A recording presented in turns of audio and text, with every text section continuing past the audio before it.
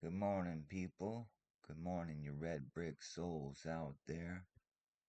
It's 7:14 this morning, and I just want to make a quick little video about the Grand Canyon, which I call the Great Melted Gorge.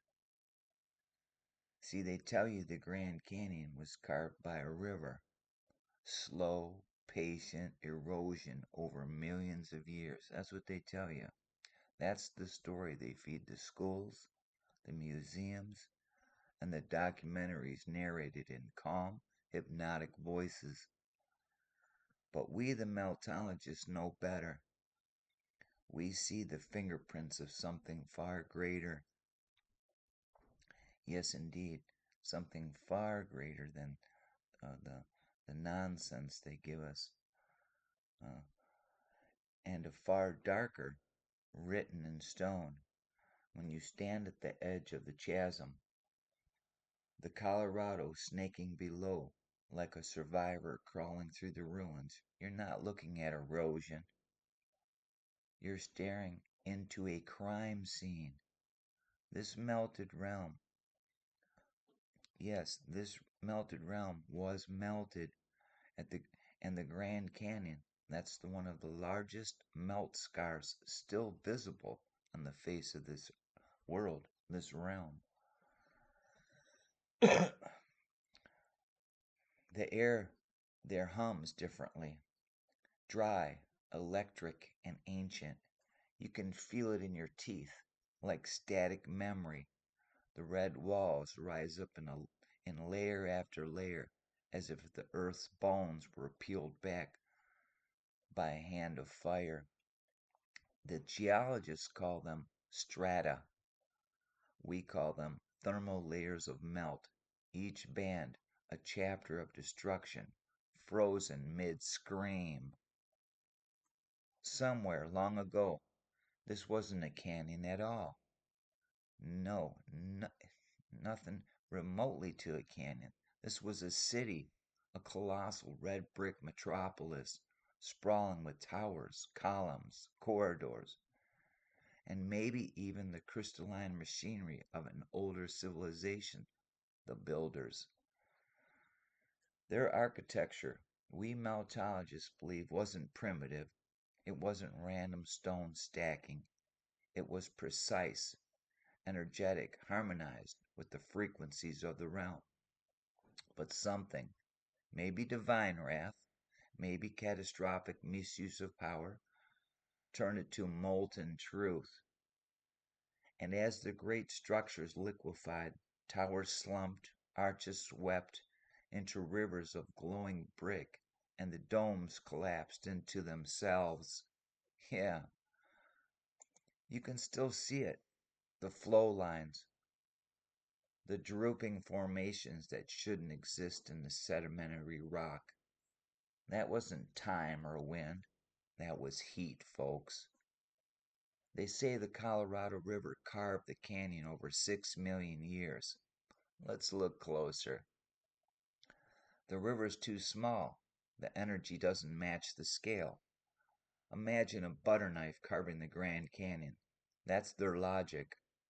The flow rate of the river couldn't remove that much mass, not in the span they claim. Now hit your melt now tilt your meltologist lens.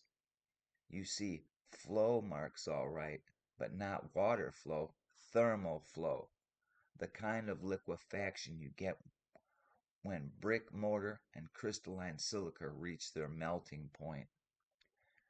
It didn't carve, it cooled. After the meltdown, when the plasma winds subsided and the molten fields began to harden, trapped gases escaped through what we call caves and erosion channels.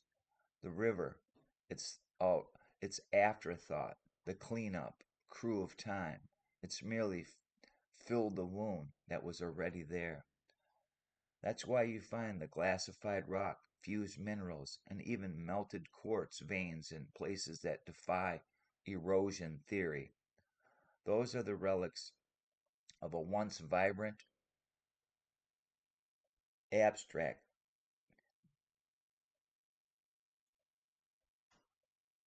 architecture rather, not abstract, liquefied, compressed, and frozen by the fury that reshaped this world. Let's wander deeper into the side canyons, the hidden alcoves tourists never see. You'll notice the patterns, geometric shapes buried in the walls, right angles, hollowed chambers that look like melted rooms. They call them natural caves. We call them melted interiors.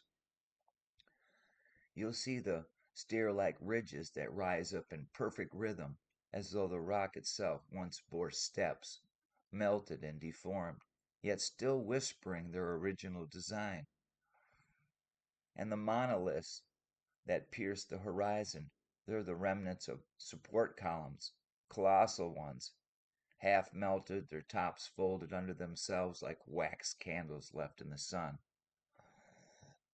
No coincidence. Every meltologist knows that where there's geometry in stone, there was once architecture, and where there's architecture, there was a civilization. The indigenous people, bless their wisdom, still speak of gods of fire and stone, of battles in the sky, and beings who descended in light. Those weren't fairy tales, they were eyewitness accounts passed down in symbols and songs. Somewhere along those cliff faces, hidden in plain sight, are petrified figures, faces, wings, even thrones, not carved, melted in place. The ancients called them guardians of the canyon. We, the meltologists, see them as the fused sentinels of a fallen age. Their outlines still linger, distorted yet powerful, like ghosts trapped in rock. They remind us that something once stood there, something alive, something intelligent, something that knew heat beyond human comprehension. Now let's step back in time before the dust. Picture a realm of energy, grids, and resonant towers. A civilization so advanced it didn't use oil or coal, but the living electricity of the ether. They tuned the frequencies of the realm like musicians tuning strings. But when those harmonics were disrupted, whether by pride, by accident, or by cosmic interference, the balance snapped. The energy inverted, fields collided, the realm itself ignited. And when the plasma surge hit the great red brick cities of the ancient world, the melt began. Instant, violent, merciless. Towers became slag, walls slumped into lava, entire districts collapsed inward, their interiors still cooling as the upper crust solidified. That's the canyon's secret. It isn't the Earth's open wound, it's the scar tissue of a melt wave. The color tells the tale, that deep crimson hue, that burnt umber glow at sunset. That's oxidized bricks, folk. Not just sandstone. Brick, once structured, once arranged, now liquefied and fused into new patterns by unimaginable heat. Every meltologist recognizes the palette. The rest of the canyon is the same as the red of Petra, Jordan, the same as the red walls of Sedona, the same as the iron-baked ruins across the realm, everywhere. One global event, one planetary meltdown, one crime scene disguised a wonder of the world. Now ask yourself, why protect the lie? Why are they protecting the lie? Why cling to the erosion narrative when the evidence screams otherwise? Because the truth unmasks the system. If the Grand Canyon wasn't carved by water, then every foundation of modern geology, archaeology, and even theology trembles. They'd have to admit that advanced civilizations existed, ones that used technology beyond our comprehension, perhaps even spiritual technology tied to resonance, frequency, and light. They'd have to admit the cataclysm wasn't natural. It was an act of war, judgment, or both. So they built the narrative of deep time. They stretched the timeline like taffy, millions of years, billions even, until you stopped questioning and started accepting. But the canyon remembers. Stone doesn't forget the fire that shaped it. So, as the sun dips low and paints the canyon gold, a meltologist stands at the edge, silent, not as a tourist, but as a witness. He runs his hand over the fused wall, still smooth in places, still glassy. He feels the residue of what once was, the echoes of energy, the frozen frequency of a fallen city.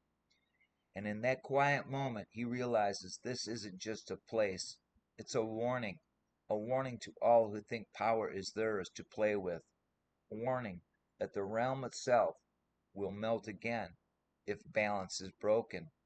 The Grand Canyon isn't the past, it's a message written in melted brick and time. So next time you stand before the vast chasm and hear them say, "The river carved this," smile politely and know the truth, because you, the meltologists, see what they can't. You see the flow lines of fire, the glass trails of history erased, the melted spires of a civilization they buried under layers of academia. You see the truth that the realm is a melted world, and the Grand Canyon is the open chapter of the book they tried to burn. Remember that, folks. Meltology. We're here telling you the truth while you let the world divide you about nonsense and government and religion. And it, it's enough of that, folks. It's time to wake up to meltology. Wake up. We live on a crime scene, and we're here to tell you, and we need you on board. So, hope to see you folks on board with Meltology. Have a beautiful day. Love your neighbor like you love yourself. And let's make some noise in the internet. Let people wake up to this truth. Red bricks. Red bricks to y'all. Let's do it.